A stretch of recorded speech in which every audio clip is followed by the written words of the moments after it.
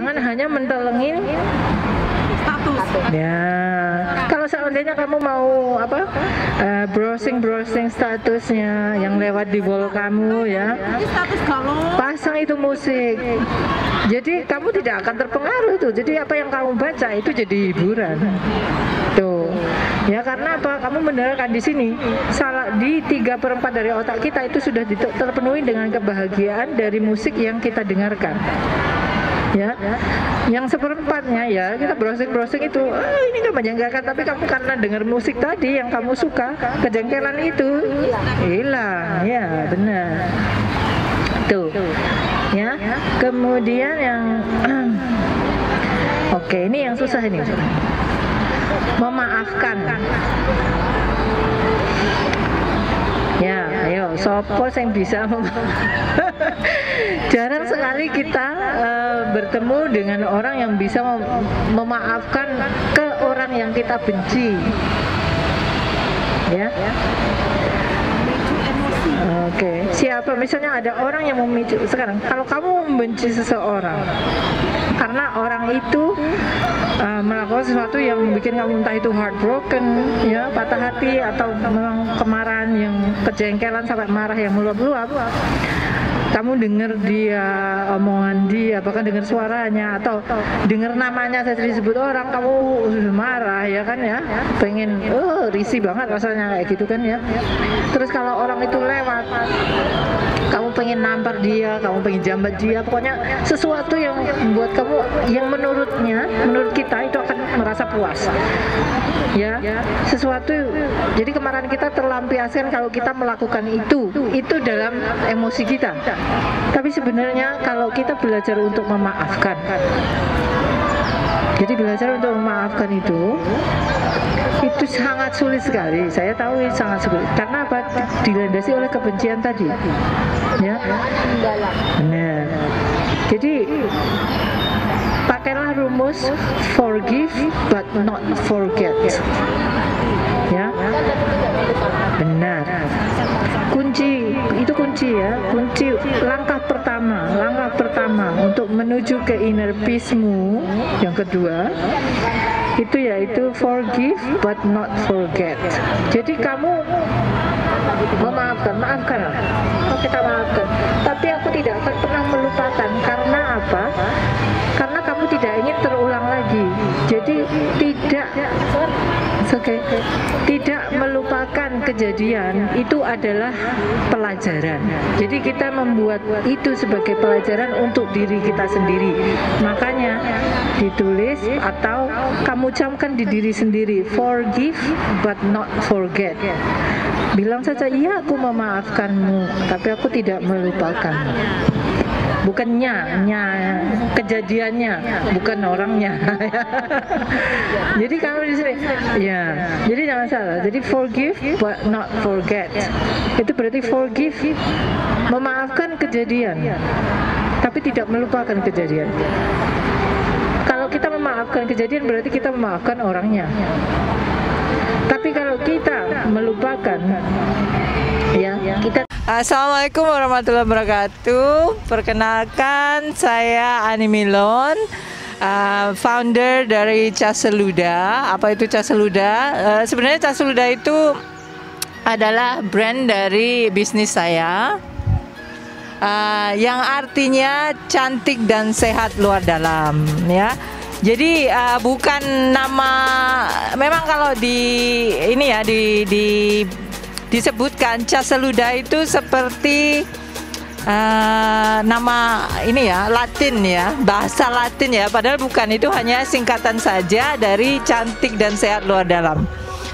Dan di samping saya dengan Caseluda ini, saya mempunyai bisnis yang berbasis beauty, skincare, ya, beauty therapist. Kemudian juga saya ada beberapa klien yang gimana ya, sebenarnya sulit banget sih kalau dijabarkan, itu sangat lebar banget. Jadi sangat singkat, simple dan singkat saja. Dari basis kosmetik, beauty inside and out, saya juga setiap hari Minggunya aktif dalam memberikan support saya sebisa saya untuk berbagi atau sharing tips tentang kesehatan dan kecantikan buat semua teman-teman buruh migran terutama yang dari Indonesia. Jadi dan untuk hari ini kebetulan saya bersama komunitas orang Indonesia Merah Putih ya, OI ya, komunitas OI Merah Putih Hong Kong, Ormas ya, Ormas OI Merah Putih ya, Ormas Hong Kong. Saya akan mengadakan sedikit training tentang bagaimana cara menangani atau bagaimana kita mengatur emosi kita. Ya, sebenarnya lebih ke healing sih ya, ke healing, self healing. Bagaimana sih cara kita untuk memberikan healing atau memberikan penyembuhan untuk diri sendiri, ya, belajar menyembuhkan diri sendiri, menangani emosi kita sendiri. Jadi nanti akan kita lanjutkan, ya. Nah itu saja profil saya. Sebenarnya kalau jabarkan banyak, jadi nggak perlu terlalu banyak. Thank you. Wassalamualaikum warahmatullahi wabarakatuh. Assalamualaikum warahmatullahi wabarakatuh. Perkenalkan, saya Ani Milon, founder dari Caseluda. Apa itu Caseluda? Sebenarnya Caseluda itu adalah brand dari bisnis saya, yang artinya cantik dan sehat luar dalam, ya. Jadi bukan nama, memang kalau di ini ya disebutkan Caseluda itu seperti nama ini ya, Latin ya, bahasa Latin ya, padahal bukan, itu hanya singkatan saja dari cantik dan sehat luar dalam. Dan di samping saya dengan Caseluda ini, saya mempunyai bisnis yang berbasis beauty, skincare, ya, beauty therapist. Kemudian juga saya ada beberapa klien yang gimana ya? Sebenarnya sulit banget sih kalau dijabarkan, itu sangat lebar banget. Jadi sangat singkat, simple dan singkat saja. Dari basis kosmetik, beauty inside and out, saya juga setiap hari Minggunya aktif dalam memberikan support saya sebisa saya untuk berbagi atau sharing tips tentang kesehatan dan kecantikan buat semua teman-teman buruh migran terutama yang dari Indonesia. Jadi dan untuk hari ini kebetulan saya bersama komunitas orang Indonesia Merah Putih ya, OI ya, komunitas OI Merah Putih Hong Kong, Ormas ya, Ormas OI Merah Putih ya, Ormas Hong Kong. Saya akan mengadakan sedikit training tentang bagaimana cara menangani atau bagaimana kita mengatur emosi kita, ya. Sebenarnya lebih ke healing sih ya, ke healing, self healing. Bagaimana sih cara kita untuk memberikan healing atau memberikan penyembuhan untuk diri sendiri, ya, belajar menyembuhkan diri sendiri, menangani emosi kita sendiri. Jadi nanti akan kita lanjutkan, ya. Nah itu saja profil saya. Sebenarnya kalau jabarkan banyak, jadi nggak perlu terlalu banyak. Thank you. Wassalamualaikum warahmatullahi wabarakatuh. Assalamualaikum warahmatullahi wabarakatuh. Salam sejahtera, selamat sore.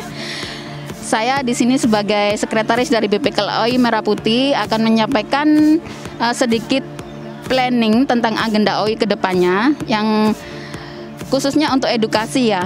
Jadi setiap kebutuhan anggota adalah di dalam edukasi, memahami segala macam apa yang sudah melibatkan diri kita sebagai BMI, terutama tentang seputar hukum perburuhan, tentang perlindungan, tentang edukasi lainnya seperti kewirausahaan, kesehatan, kecantikan, dan lain sebagainya, masih banyak.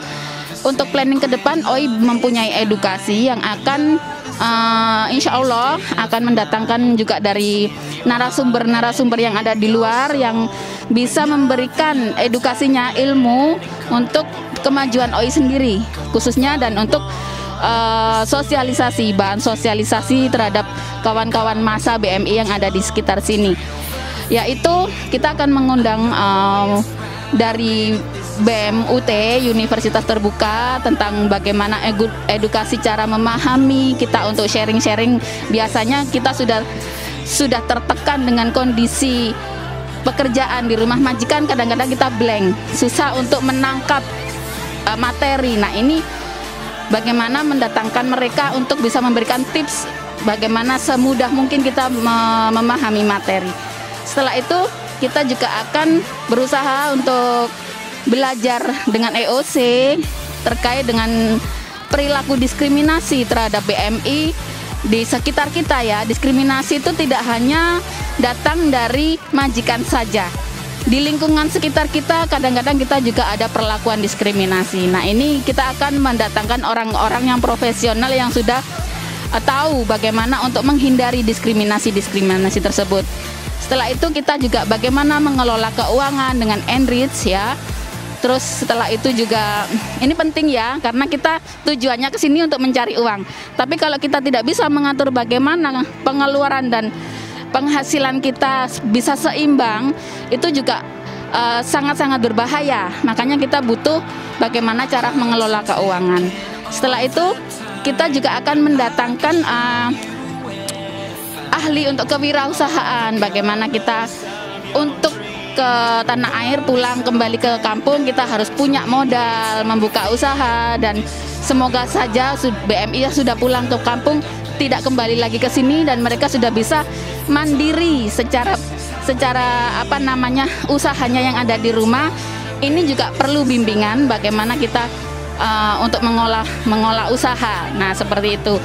Nah, setelah itu kita juga banyak sih ya agenda-agenda kita melalui kerohanian, religi. Kita akan juga mengundang dari Dompet Duafa untuk memberikan training atau pencerahan terhadap agama ya, bagaimana kita menghadapi nanti mau menjalankan ibadah puasa di sini, kondisi majikan yang tidak memberikan izin dalam kita berpuasa. Nah, ini juga penting sekali hukum-hukumnya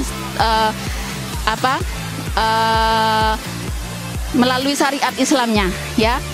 Dan seperti biasa sih OI masih tetap akan melanjutkan program tetapnya donor darah dan sebagainya. Di sini kami akan tetap menghidupkan kegiatan ini untuk memberikan motivasi terhadap buruh migran yang ada di luar sana, bagaimana kita memanfaatkan waktu untuk berkegiatan yang positif, yang bisa memberikan kemajuan dan tidak membuat kita dibodohi, seperti itu. Ya, terima kasih. Perkenalkan, saya Arini, Ketua BPKL OI Merah Putih Hong Kong. Dan saya di sini ingin menerangkan tentang OI kedepannya seperti apa dan apa itu OI. OI itu sebuah organisasi masyarakat yang bersifat independen atau mandiri, yang di sini OI sendiri tidak berpolitik ya. Dan OI itu sebetulnya bukan singkatan, tapi lebih kepada seruan Iwan Fals kepada fans-fansnya dan fanspage-nya. Untuk BPKL OI sendiri Merah Putih di sini berdiri sejak tanggal 7 bulan 7 2013. Dan ini menuju ke 8 tahun OI Merah Putih Hong Kong. Harapan saya ke depannya OI tetap semangat, tangguh untuk mengikuti agenda-agenda dari pusat, yaitu SOPAN. SOPAN di sini adalah seni, olahraga, pendidikan, akhlak, dan niaga. Dan di OI sendiri di sini kita mempunyai divisi, yaitu sesuai dengan SOPAN-nya, ada divisi sosial, divisi seni, olahraga, pendidikan, dan juga keagamaan. Dan agenda-agenda ini kita lakukan setiap minggunya agar OI tetap mempunyai kegiatan yang positif. Dan selain sebagai ormas, OI juga tergabung di dalam tim mover untuk menangani kasus-kasus teman-teman BMI yang berkasus dengan majikan ataupun dengan agent. Dan kami juga bergabung bersama Pilar. Tentunya teman-teman BMI Hong Kong sudah paham apa itu Pilar dan juga JBMI. Di sini kami tidak murni untuk kegiatan OI saja, Tapi kami juga menggalang dana untuk korban-korban bencana alam di tanah air dan juga teman-teman sekitar kita. Yang kita utamakan memang anggota, tapi tidak menutup kemungkinan bagi kami untuk berdonasi ke tanah air seperti bencana alam tentunya. Kita tidak mungkin menutup hati nurani kita karena tujuan kita berorganisasi adalah nurani. Mungkin teman-teman BMI Hong Kong yang ingin bergabung bersama kami di sini, kami selalu open minded. Kita selalu share dengan siapapun itu. Kita tidak pernah menutup teman-teman untuk bergabung bersama kami. Kami tidak memandang apa itu sosialitas kalian, agama kalian. Kita tetap welcome dengan teman-teman buruh migran Indonesia yang ada di Hong Kong. Untuk sharing-sharing tentang hukum ketenagakerjaan di Hong Kong pun kami siap melayani. Mungkin itu dari saya sebagai Ketua OI Merah Putih Hong Kong, dan terima kasih untuk teman-teman yang sudah support kami, kegiatan kami. Sekali lagi, salam